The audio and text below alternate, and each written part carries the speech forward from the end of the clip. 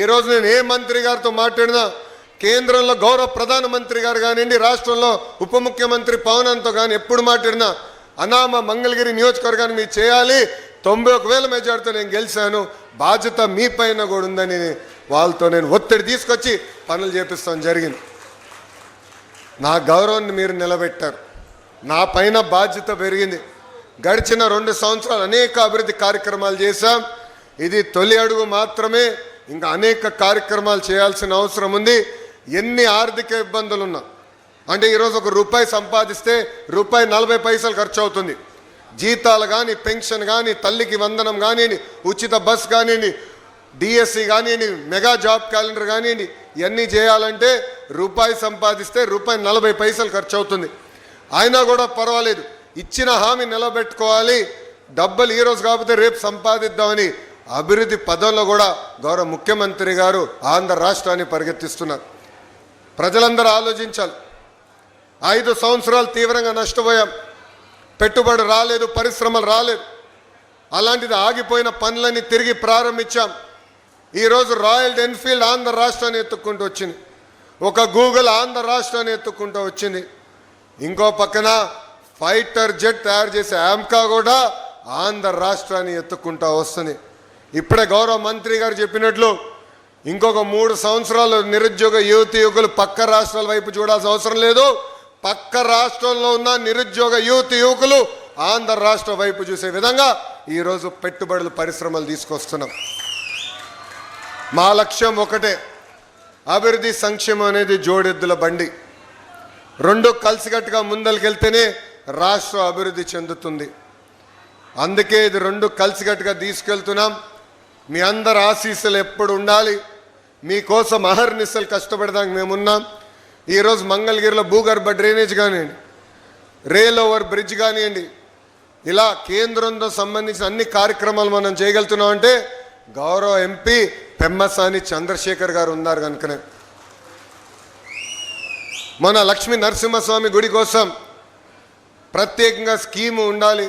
ప్రసాదం 2 ద్వారా ఏకంగా నిధులు తీసుకురావాలని గౌరవ మంత్రి గారు నేను కోరితే ఏకంగా టూరిజం మినిస్టర్ గారిని కలిసి ఆయన పక్కన కూర్చుని నాకు ఫోన్ కొట్టి ఆయన చేత కమిట్మెంట్ కూడా చేయించిన వ్యక్తి పెమ్మసాని చంద్రశేఖర్ గారు. ఇది మీ అందరికి ఎందుకు చెప్తున్నానంటే, ఒక ఎంపీ ఒక ఎమ్మెల్యే కలిసికట్టుగా పనిచేస్తే ఎంత అద్భుతంగా ఒక ప్రాంతం అభివృద్ధి చెందుతుందనే దానికి మంగళగిరి ఒక ఉదాహరణ.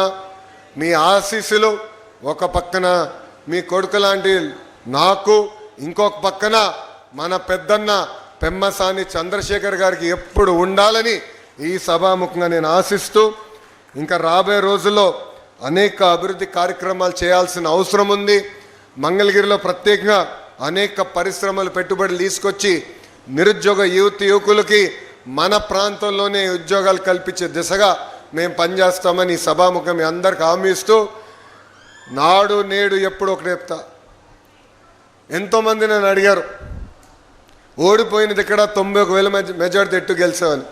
నేను వాళ్ళందరికీ ఒకటే చెప్పా, 5 సంవత్సరాలు కష్టపడ్డా, మంగళగిరి ప్రజలతో అనుసంధానమయ్యా, వాళ్ళ సమస్యలు తెలుసుకున్నా, వాళ్ళతో కలిసికట్టుగా జీవితాంతం ప్రయాణం చేస్తానన్న భరోసా కల్పించా. అందుకే నాకు ఆ మెజార్టీ ఇచ్చి గెలిపించారని చెప్తాం జరిగింది. ఇది రాజకీయ వేదిక కాదు, కానీ ఒక విషయం చెప్పాలి. గౌరవ ముఖ్యమంత్రి గారు 7 సార్లు ఒక నియోజకవర్గంలో గెలిచారు. ఆ నియోజకవర్గం పేరు కుప్పం. మేమందరం ఎప్పుడు కుప్పం వైపు చూసి ఎలా పనులు చేయాలని తెలుసుకున్నాం.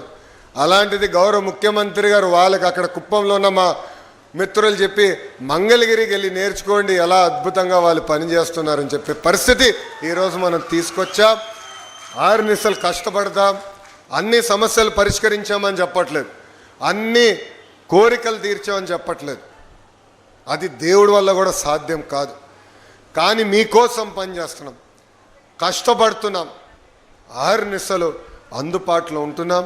మీ ఆశీస్సులు మాకు ఎప్పుడు ఉండాలని ఈ సభాముఖ ప్రజలందరినీ కోరుకుంటూ, నాకు ఇంత అద్భుతమైన అవకాశం ఇచ్చిన మీ అందరికీ, అదేవిధంగా గౌరవ ప్రధానమంత్రి శ్రీ నరేంద్ర మోడీ గారికి నా హృదయపూర్వక ధన్యవాదాలు తెలుపుకుంటూ మీ అందరి దగ్గర నుంచి సెలవు తీసుకుంటున్నాను. జై హింద్. జై హింద్.